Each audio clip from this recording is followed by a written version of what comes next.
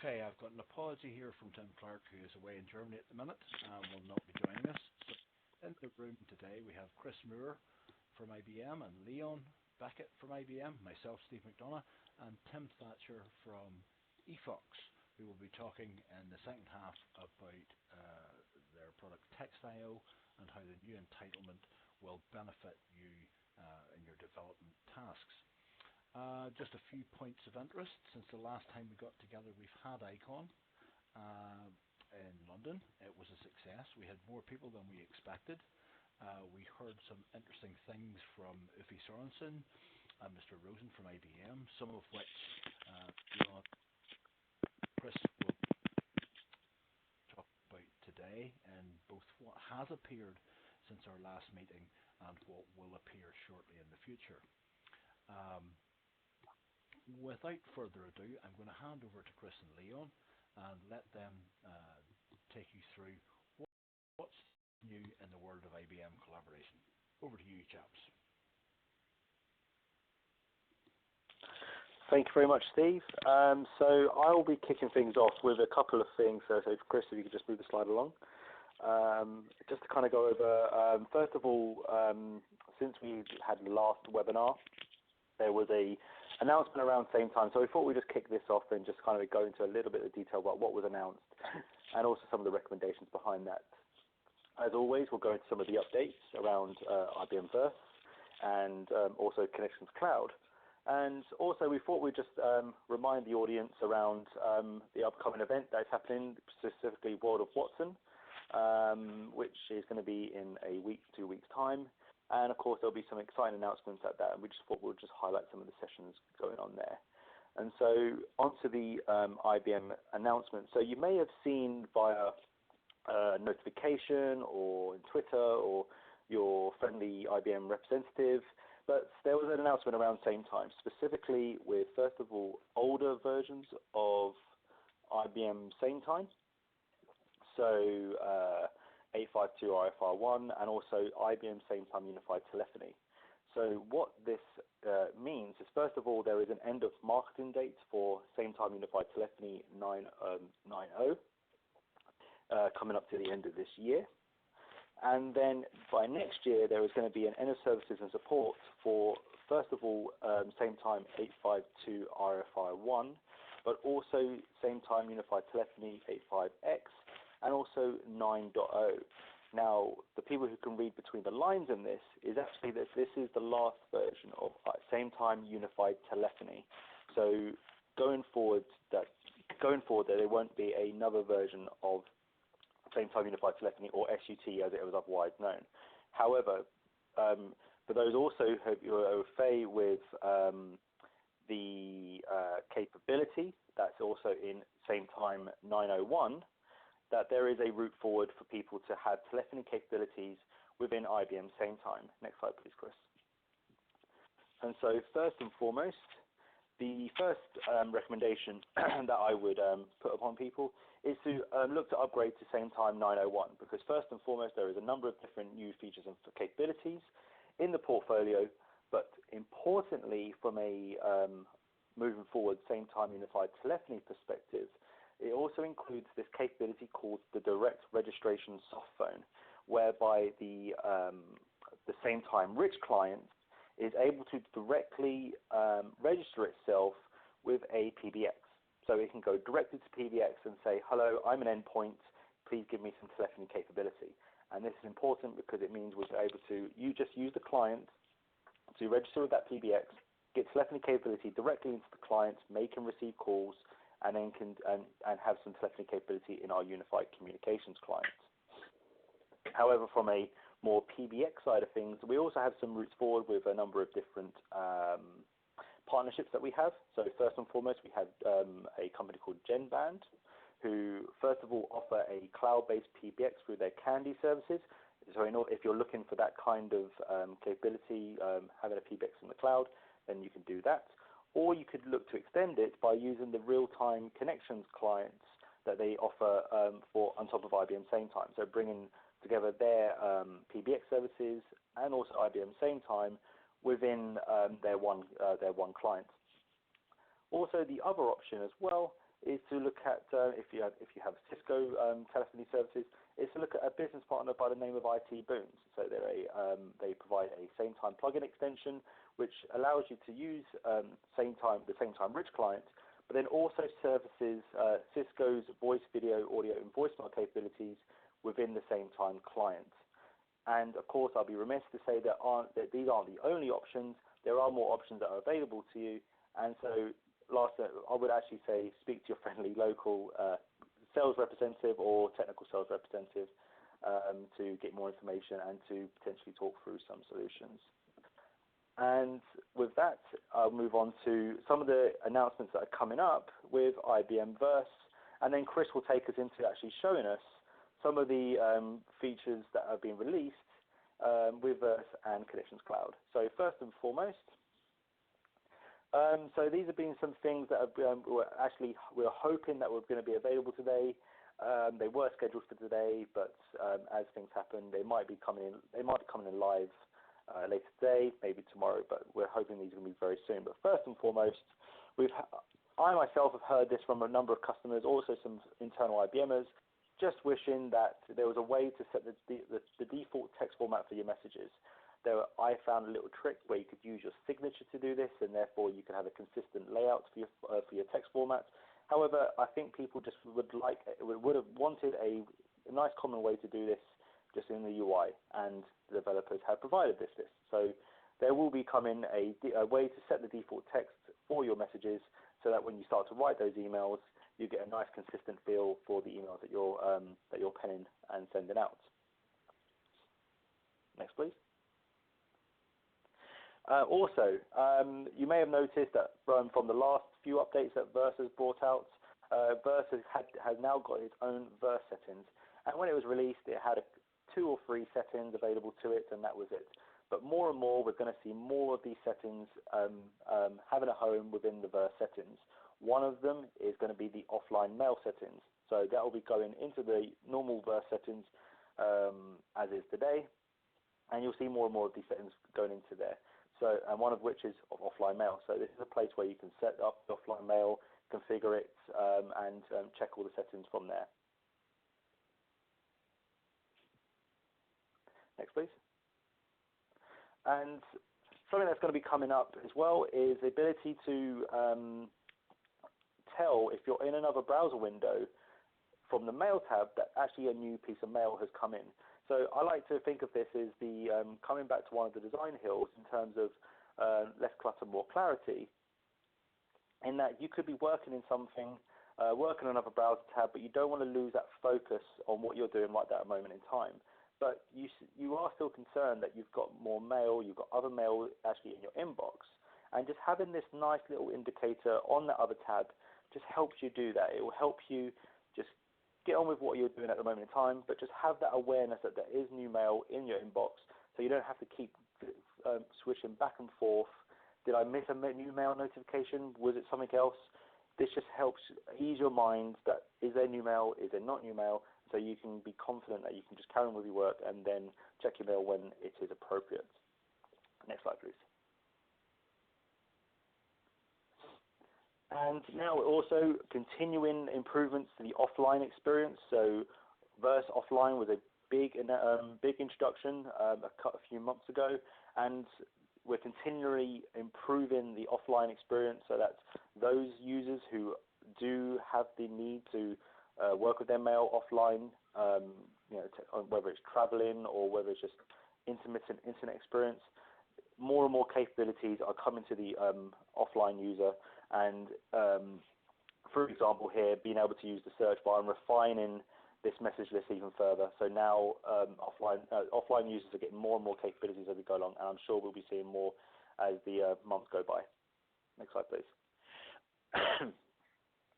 And so Chris building this deck. I think he's given the Leon Beckett Award for the favourite feature of the month. That one I've been particularly looking forward to.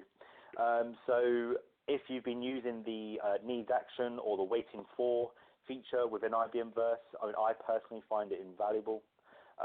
However, the very first thing I discovered when I started using it was I really wish I could just select the dates rather than having to use today, tomorrow, next week, or any time. I really just want to, I know there's a specific date I want to set the action for.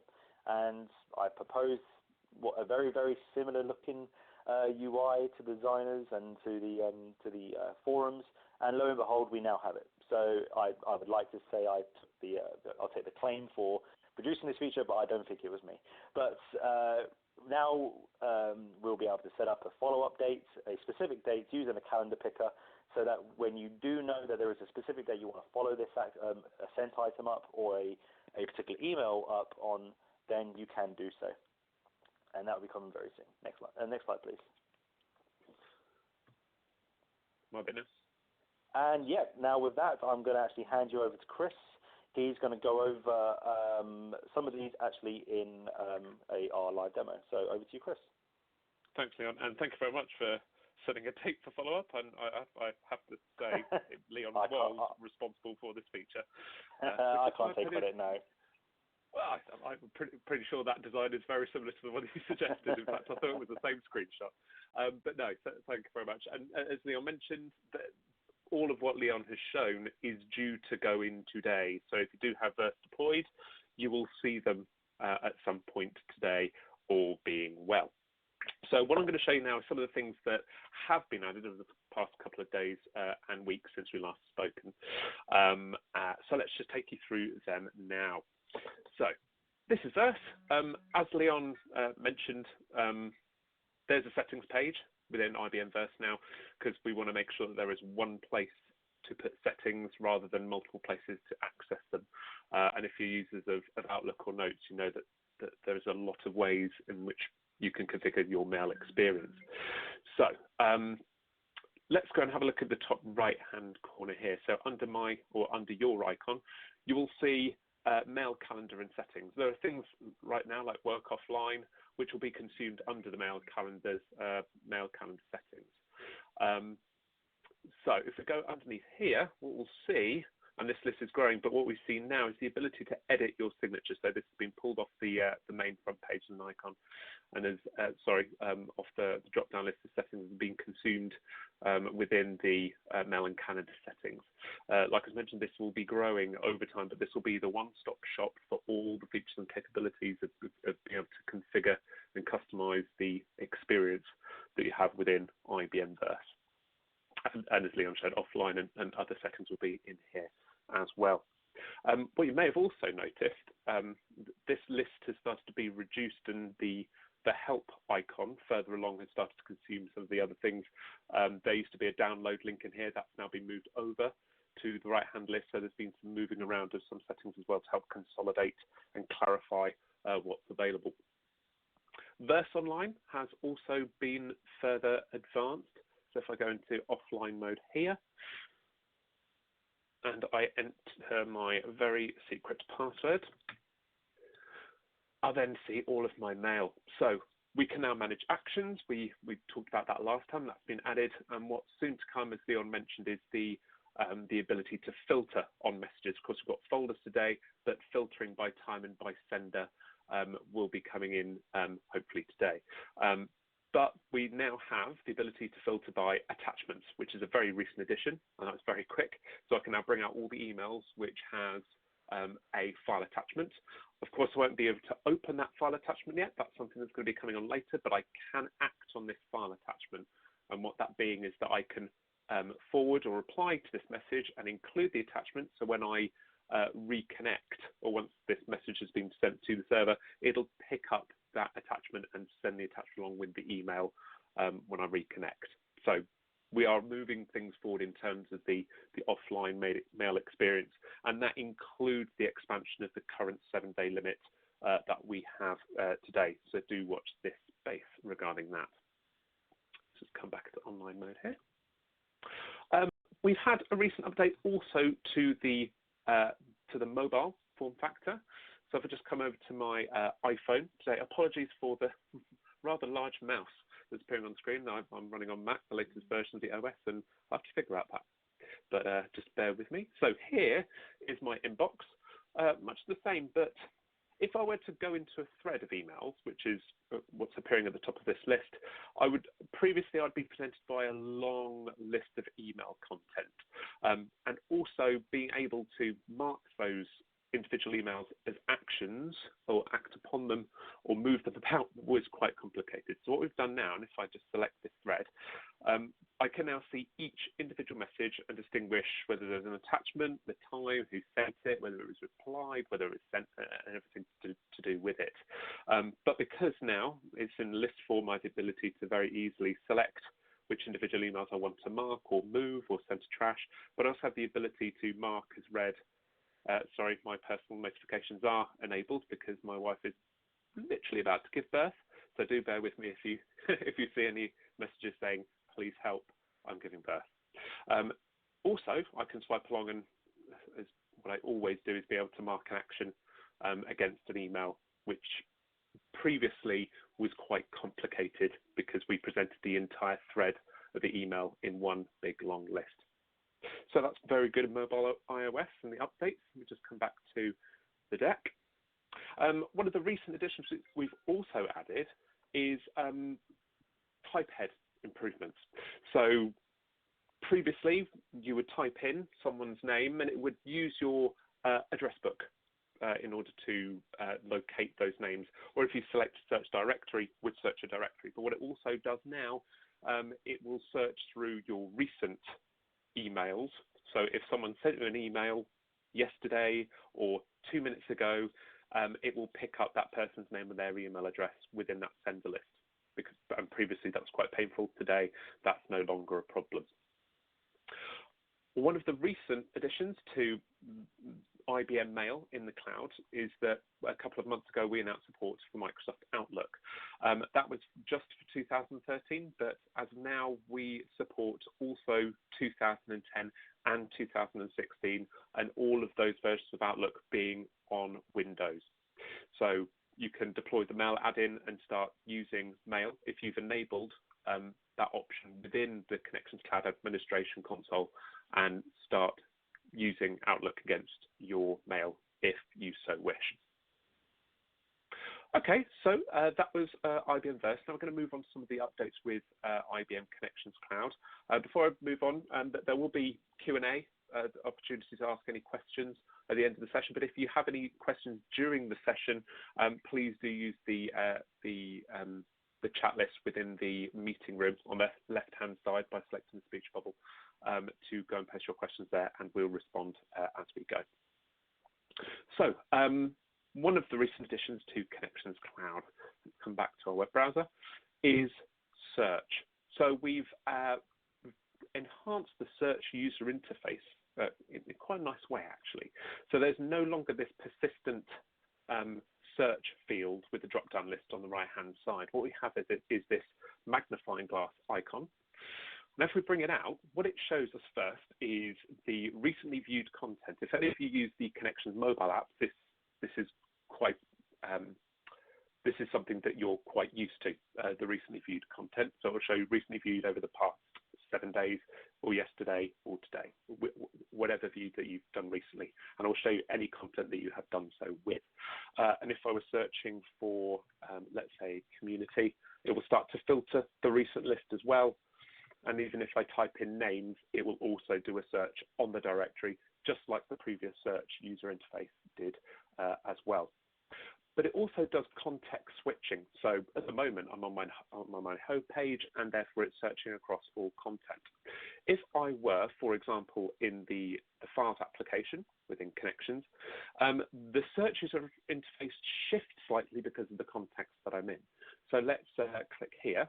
And if I was searching for ski, for example, what it will do is we'll find all the recent files that I've viewed that has that word in it, but it will also use what I've typed in to search for files belonging to, because that's a common use case. If I wanted to search for all the files that Leon has been sharing, because he posts really great content, I don't have to go through to his profile and have to click his files link to get to that content. I can just come to the Files app, type in his name, and get to them from here. But what I can also do is select my files, so I can exclusively select my files and get a response on that when I hit enter. So that's really good in terms of being able to get to search wherever I want to be. And even global search is really good. So if I come back to my homepage and execute a global search on the word social, just to use as an example, you'll see a slight, and this has changed over time, but I obviously see the latest updates as well as the content, which is standard, but we're starting to shift some of the UI to make it easier to try and interpret what information is coming through. And that'll be changing, not necessarily in terms of design in the future, but how we leverage some of our cognitive systems to help identify content that people are trying to look for. One of the other updates is the ability to drag and drop files, and we've been adding to this over the past month or so. So of course we have nested folders within Connections Cloud, within files. So I have the ability to drag and drop files at will and be able to control the sharing of the files within those folders as well. There we go. I can also move folders within folders. So if I select the commerce folder in this particular instance, I can move the collections folder into the ZSware folder. So I have now full fidelity to be able to drag and drop folders within folders, not just in my personal files, but also within my community files as well. So the UI and the experience is exactly the same for community files as they are for personal files. And talking of nested folders, which we've had in the desktop plugin for Connections for some time, we now have them within the Connections plugin for Notes. So if you have this deployed and connected to your Connections environment or your Connections Cloud environment, you can now navigate your folders at will and have the same level of control you've always had in terms of sharing, of moving around and controlling the access to the files, as well as, of course, dragging and dropping them out and in of the content of an email. So that has been a really useful advancement there. So let's come back to our deck. One of the other things we've added in the rich text editor is the ability to copy formatting, because if you're moving content from around wikis or moving content from other documents or the web, format of content is always a challenge. But what you can do is now copy the format within the rich text editor itself. So in this particular instance, you can select some text, and then there's now an option within CK editor to copy the formatting of that particular block of text. And then you can select whichever text you want to copy that format to, and then select to paste that format. So you can move formats from around the content within the CK editor, which is another very useful addition to the platform. So let's talk just a little bit about administration. There's going to go from the bottom up. So there's been some addition of Active Directory federated services support, both for mobile SSO, and that's across all of the mobile apps that we provide, that being for Connection Social, for chat, for meetings, as well as for Verse. So that's available. And we also provide SAML authentication for Sametime for Microsoft ADFS as well, and that's something that some of our customers are already using. You're also now able to limit the size and access to files within the administration console. So at a global level, you can limit the file size of files that are dealt with, which we're currently limited by the support of 2 GB through the web browser, but you can go up to 10, but you can limit that if you so wish. If you wanted to restrict, let's say, the synchronization of files, for example, if you didn't want people synchronizing large files, then you can use that as a way to stop it.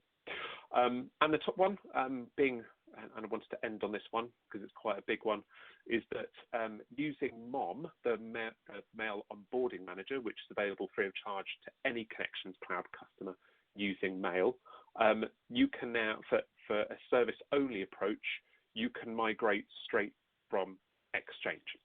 And that is all fully documented within the documentation for Connections Cloud. If that is something that you're interested in, if that's something that you know another organization is interested in, and believe you me, there are customers who are doing that right now, as in moving from Exchange to Connections Cloud in order to use Verse and Outlook, and as well as all the capabilities that are available there. That is something that's now has been made a lot easier than it previously was.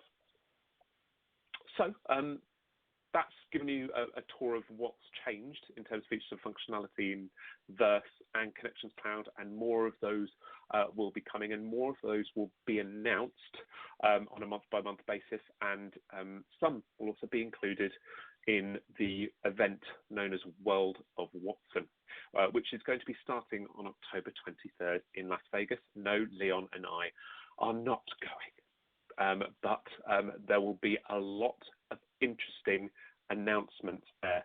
Just to give you an idea, those are some of the session titles on the right-hand side that'll be given.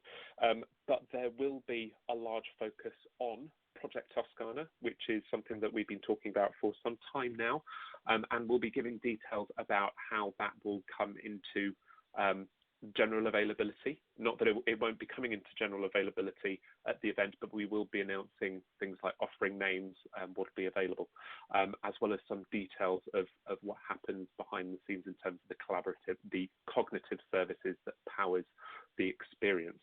And we'll also be talking about what's coming with our partnerships with Box and Cisco, and integrating those into the collaborative user experiences that are available today. So thank you very much for your time in terms of what's new.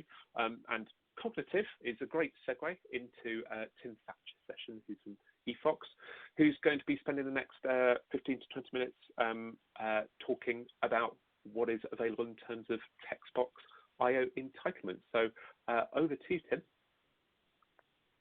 Great. Thank you, everybody.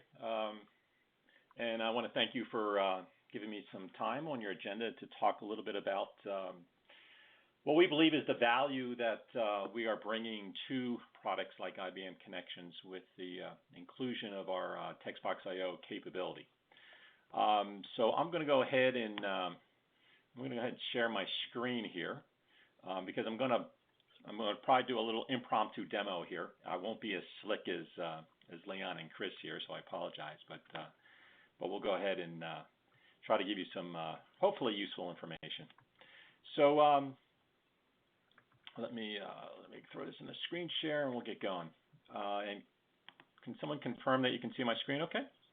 Yep, go through 5 by 5. Okay, fantastic. Okay, so let me get back to the top here. So just quickly, if you're not familiar with Ephox, we are a software company that's focused in building content authoring tools to be embedded into web applications.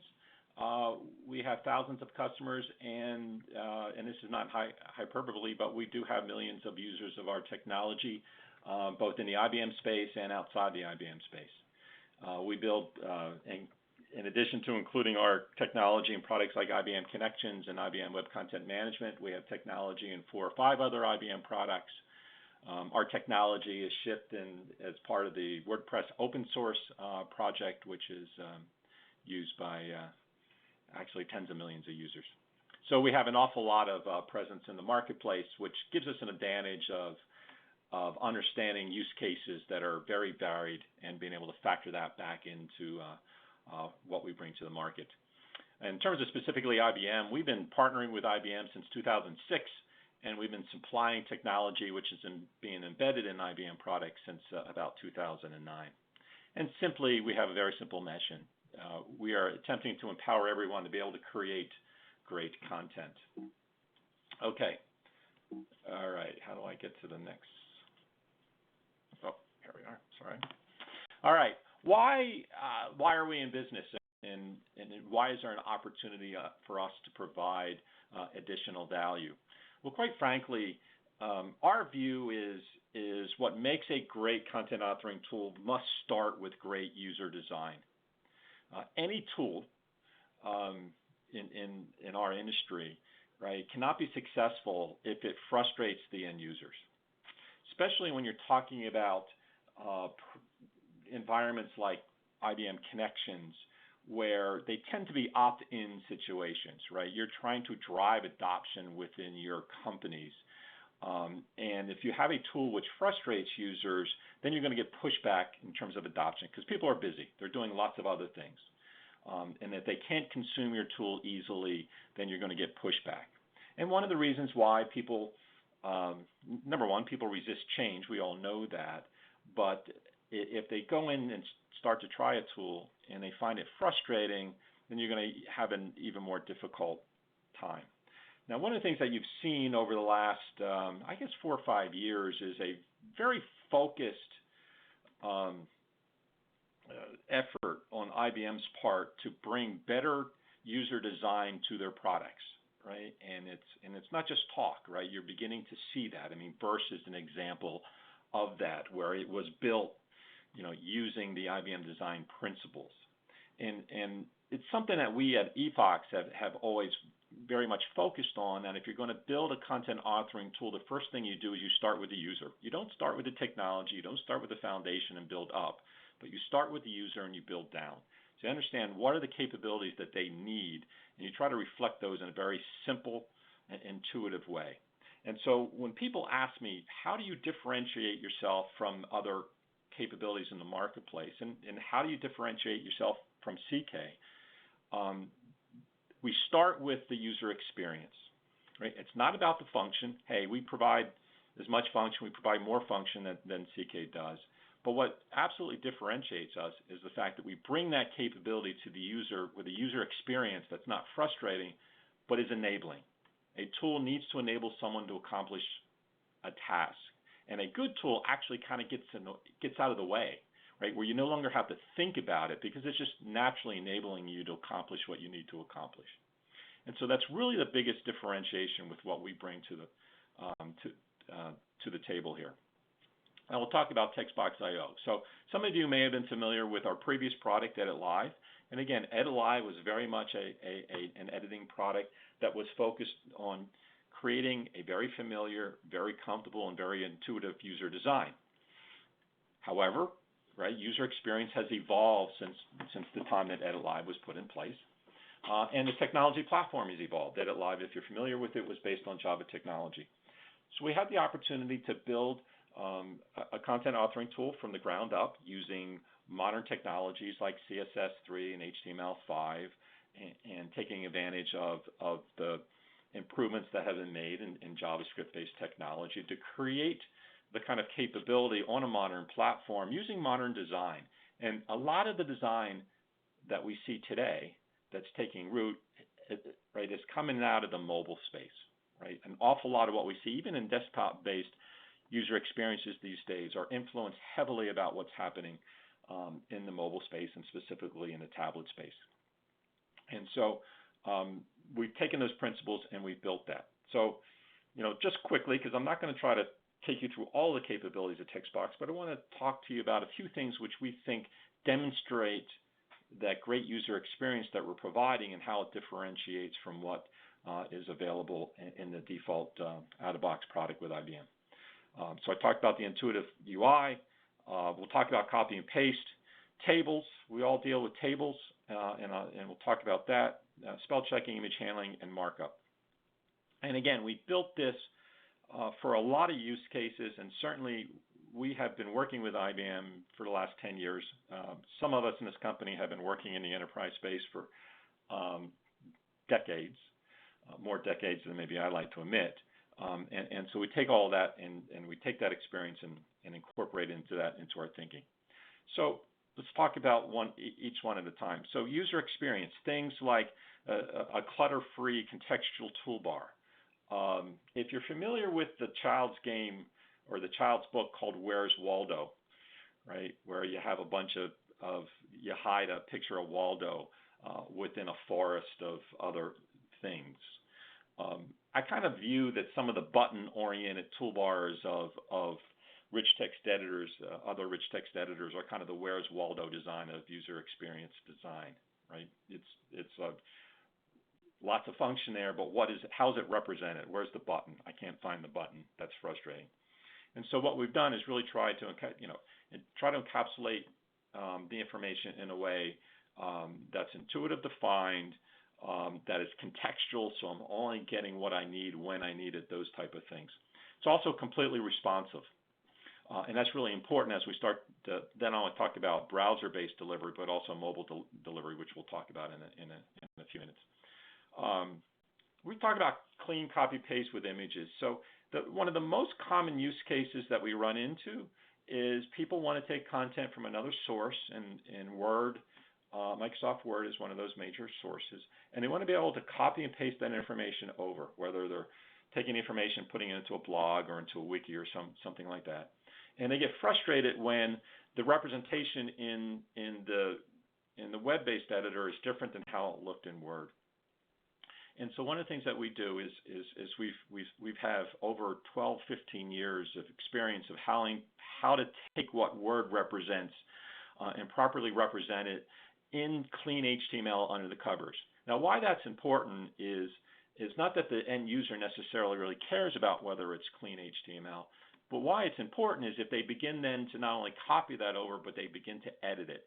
If it's not represented correctly in HTML under the covers, then the user is going to see a lot of weird things start to happen. So we go to great lengths to really make sure that we clean and we interpret correctly what Word had and represent it in HTML. The other thing is, if I'm copying, why can't I copy images? And so I should be able to copy an image that exists in a Word document, bring it into my blog or my wiki, and that image gets automatically uploaded to the server under the covers. I don't have to worry about detaching and saving and uploading images, right? They just naturally come over with the text. It's a capability that time and time again we see people really value. Tables. Quite simply, we all have worked with tables for years, and if you go into a word processor like Word, you know that if you want to resize a table cell, you can just grab a border and drag it to the left or drag it to the right. Yet, many of the editors that exist today in the web force you to open up a dialog and have to put in the pixel width that you want that editor to be. I mean, who wants to deal with pixel widths, quite honestly? You can see it, you can visualize it. Why can't I just grab it and drag it? I've been doing that for years in word processor-based applications. Why can't I do that in web-based applications? Now, one of the reasons is it's not actually that trivial to implement under the covers, but we think it's really important to go do that because, again, you want to create a great user experience for people. Just a few of the other things, spell checking and autocorrect. We're all familiar with autocorrect these days, although I think we all probably complain about autocorrect, at least on our phones. You get some interesting results there, but we do provide autocorrect spell checking, and what's important here is that we're providing a spell checking solution that's consistent across browser implementations. Yeah, a lot of the browsers today provide spell checking, but they're inconsistent, and if you have an environment where you have users working across different browsers, you may be using Chrome and IE or Edge and Firefox or whatever, what they get out of spell checking can differ browser by browser. What we've done is normalize that so an enterprise can deploy this capability out to users who may be using different browsers, but they can get a consistent experience, and it just helps from a support perspective. Image handling, again, being able to copy, drag images around, that's something we all kind of come to expect, so why can't my rich text editor do that? And a small capability that we don't talk about a whole lot is this notion of markup. And markup is a capability that's kind of niche-y in terms of who's going to utilize it. But what it allows you to do is basically mark up your language without having to use the toolbar. So, for example, a quote power user, you think of somebody who's like a professional blogger, they're typing like mad, right? And in order to put a list element in, they don't want to have to they don't want to have to move their cursor up and click on the toolbar button that inserts a list element, unordered list or ordered list element. And so what markup does is they can actually type in a little short code, basically an asterisk in this case, and that will automatically be interpreted by the editor, and it will represent it as a list item, and it will represent it correctly in HTML under the covers. So it's a nice productivity aid for those people who are kind of power users, if you will, who don't want to be disturbed by having to, lift their fingers, if you will, from and move their cursor over. Okay. Connections mobile client. So hopefully a number of you are users of the Connections mobile client, and TextBox.io is embedded as part of that client now. So as going back now about 4 or 5 months, the IBM development team has incorporated TextBox into the Connections mobile client for both iOS and Android devices. And so when you go now into blogs and wikis, you will be able to do rich text editing of those blogs and wikis. And what's really important here is that prior to this, one of the nice stories that IBM has is the ability to, interact with your Connections environment regardless of device type. And that was true except when it came to editing, because you had a situation is if you started to edit a blog in your browser, and then you went to your tablet device and opened up that blog and wanted to edit that blog, you couldn't do that in rich text anymore. It basically would have converted it to plain text, right? So this whole idea of being able to, regardless of the device you're working from, you'll be able to, interact with the system in a consistent manner. That kind of broke down when it came to editing. That's now been corrected. As I mentioned back earlier this year, TextBox has been included. So it's now part of the mobile client and supports rich text editing of blogs and wikis. And the IBM development team is planning in future releases to enable it to work with the other applications in Connections that deal with rich text, like forums, for example. The other thing I'll mention is that what's happening now and what will be delivered here shortly also is a fully accessible application. And so the next release of the Connections mobile client is very much focused on accessibility, and that includes the rich text editor. We will be the first fully accessible rich text editor in the mobile world. And so it's a significant undertaking, but it's a very important undertaking. The other thing I will mention is that the user experience has been tuned. So when you look at this, you'll see that the toolbar and the look of it is familiar between the browser and the tablet device and the phone device, but we have tuned it a little bit. So the toolbar will interact differently on the phone than it does on the tablet. The tablet experience and the browser experience are pretty similar because there's enough similarity in screen real estate these days on those devices. But on the phone, where screen real estate is still very much a constrained commodity, we have worked with the IBM design team to come up with a toolbar that interacts a little bit differently on the phone device. We think it's more appropriate for that particular device. All right. So that's a quick tour of what's available today. So what I'd like to do now is just talk about cognitive. And unlike Chris and unlike Leon, I will be at World of Watson. In fact, we're going to be doing a presentation, which I'll point out that was not on your slide, guys, but I won't take any offense to that. But we are doing a presentation at World of Watson that talks about how cognitive capabilities can be leveraged to improve the experience of the content author. And so what I'm going to show you is capabilities that are available today, actually tomorrow. So as of tomorrow, we'll be making these capabilities available as a tech preview for both the users of Connections 5.5 as well as IBM Wickham. So it is available directly from Ephox, but it is something that you can get from us if you want to be able to begin to kind of experience how cognitive capabilities can be leveraged to support the role of the content author. So the first one I'm going to talk about is what we refer to as the Content Research Assistant. And I'll demo this to you really quickly.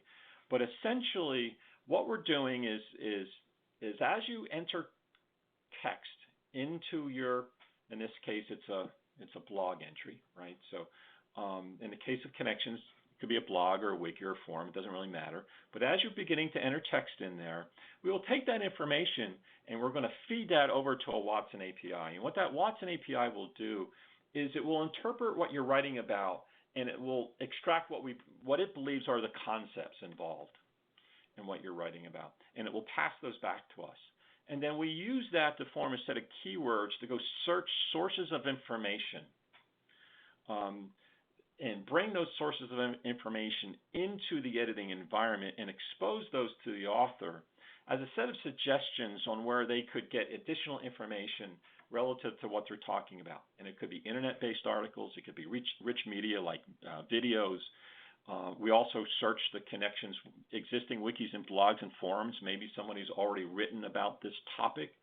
And we also look for subject matter experts. So if you're writing about a concept, we will go and query your social directory within Connections and pull out those people who may be subject matter experts about what you're writing about. And so this gives you kind of we refer to this as kind of this real-time research assistant that is now exposing you to other sources of information and other people that may help you improve what it is you're writing about. Right? The second one is this concept of tone analysis. So Watson provides an API that if you feed it a set of text, it will analyze it against a set of tones. And there are three sets: emotional, social tendencies, and language style. And what we do then is we take those and we apply those against the content, and we identify what we refer to as the prevailing tones. Right? So those that are kind of the dominant tones of your article. And we display those, and then we allow you to click on the prevailing tones, and we will highlight within the text of your content what passages, what phrases are contributing to that prevailing tone.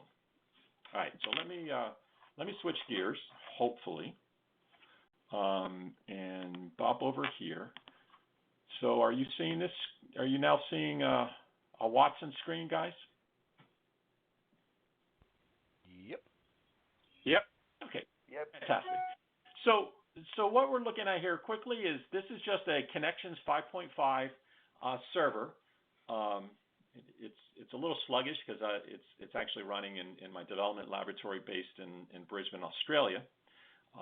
And so I'm going to go ahead and edit this existing blog article. So this is a blog article that actually talks about Watson, right? So now we've loaded it in. And what you're seeing now is you're seeing this is text box as it exists within the Connections 5.5 environment, but it's got a couple additional capabilities, the tech preview capabilities I just mentioned.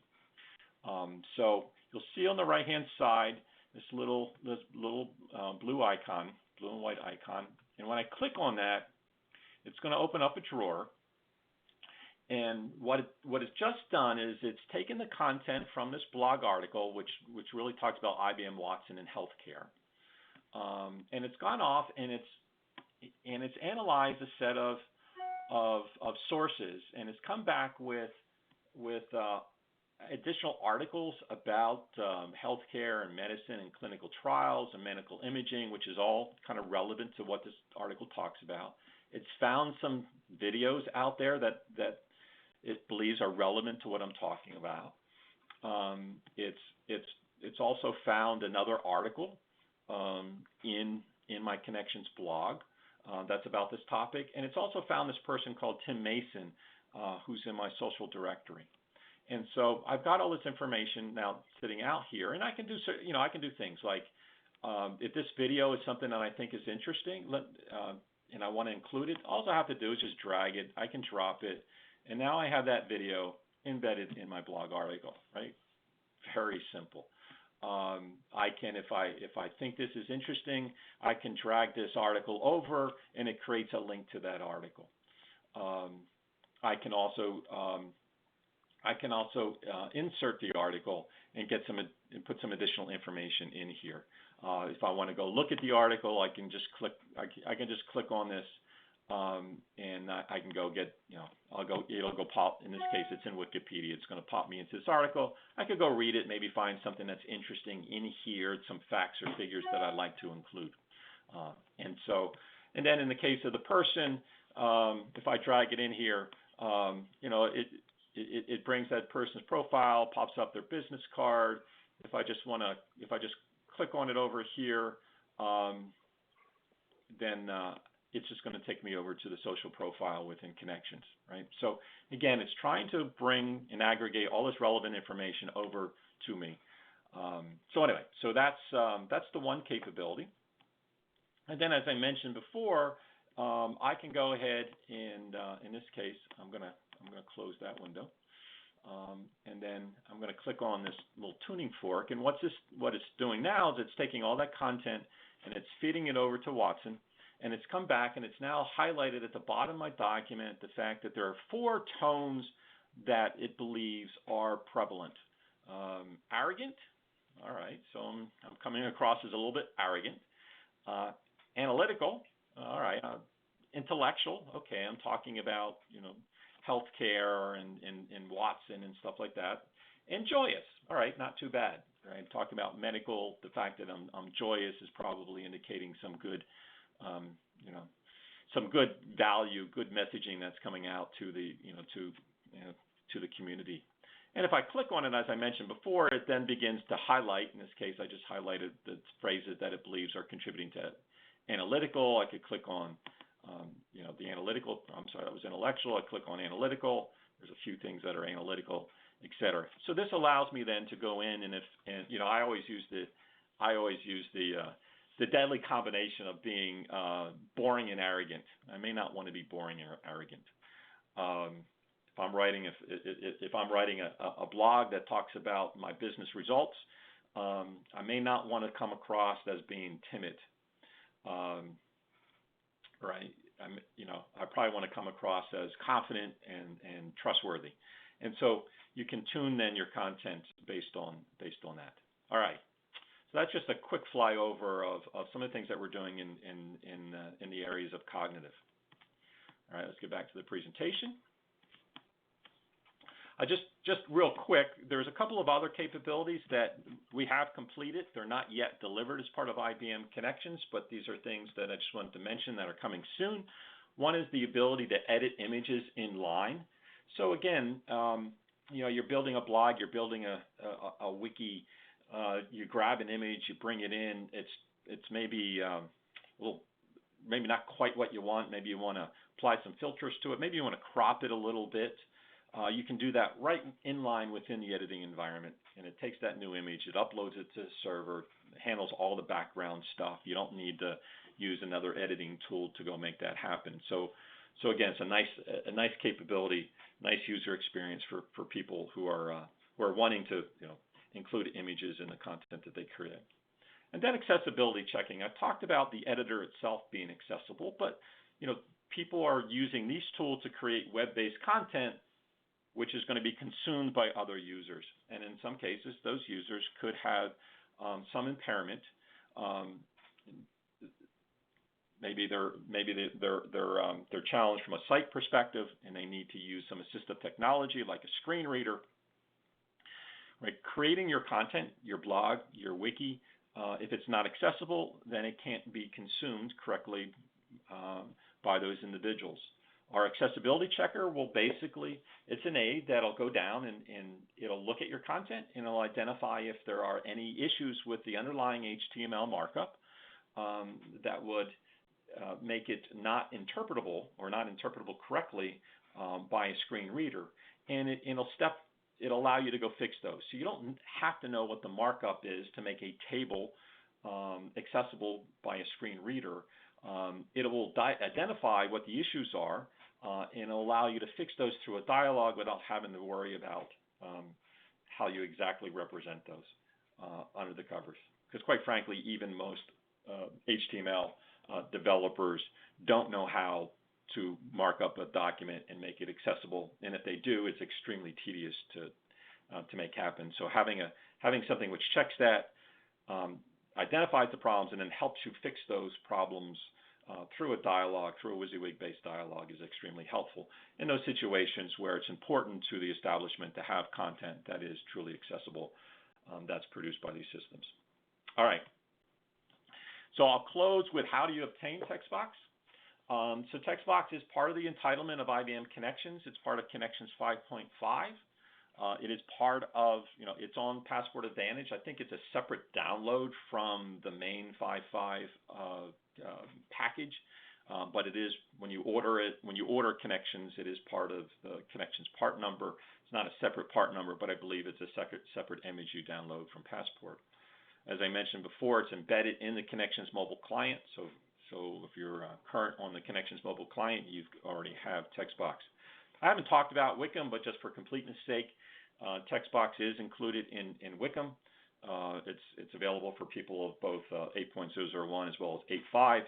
And if you're familiar with Wickham, they ship capabilities through their CF packages, and so there's the details on how you can get what releases of the CFs include a TextBox for that platform. Because it's part of the IBM product, it's supported through the normal IBM support processes. So if you do run into an issue, then you would go ahead and open up a PMR with IBM. If the problem happens to reside within our code, then we work that with IBM behind the scenes. You should never know that we're involved in that. And last but not least, we do license TextBox for other applications. We have built an integration that allows TextBox to be used within an XPages development environment. So if you're interested in using TextBox in XPages-based applications, you would license TextBox from us, and we have, as I said, we have built an integration layer that allows you to easily consume TextBox within the XPages IDE. All right. So with that, I will turn it back to the guys, I guess, for Q&A. If you have any questions, I know this was a quick flyby. If you have any questions about our capabilities, its value, how you can get it, if you're interested in Tech Preview, please, there's my email address. I'd love to hear from you. Thanks. Thanks for that, Tim. It's Chris here, and apologies for not including your session. I've actually just changed the deck, so in the replay. Just kidding, guys. Just having a little fun. No, looking forward to that. We do, in fact, have a question for the Watson integration that you just showed within textbox.io. The question is it for on-premises? How much does it cost, and what are the prerequisites? And that's in regard to the Watson integration. Oh, okay, very good. So right now it's available as a tech preview. So there's no charge associated with it from us. The prerequisite is you need to sign up for access to the Watson APIs. So there's two APIs that we utilize. One is the Alchemy language APIs, and the other one is the tone analysis APIs. And in the documentation that we provide as part of the tech preview, we explain how one goes about obtaining access to those APIs. And IBM has unless you've got this deployed in a very large scale environment, the APIs are pretty affordable. In fact, most of the APIs that IBM provides give you free access under a certain monthly number of API calls. So if you wanted to take this thing and deploy it, you would have to go sign up and subscribe to those APIs, but it's not going to cost you anything if you're just trialing this. So right now, as I said, it's a tech preview available from Ephox at no additional charge, with the prereq being you need to sign up for the Watson APIs. Awesome. Thank you very much, Tim. And thank you very much for everyone's time on this call. It is getting close to 4 o'clock, but I will provide opportunities for Q&A. So if anyone does have a question and they want to ask it now, you can press *1 to unmute yourself on your phone, or if you're joining via the meeting room audio, you can click to raise your hand, and then we will unmute you within the meeting room. So if you have any questions, please do ask now. But if you'd like to ask later, then please don't hesitate to get in touch with any of us.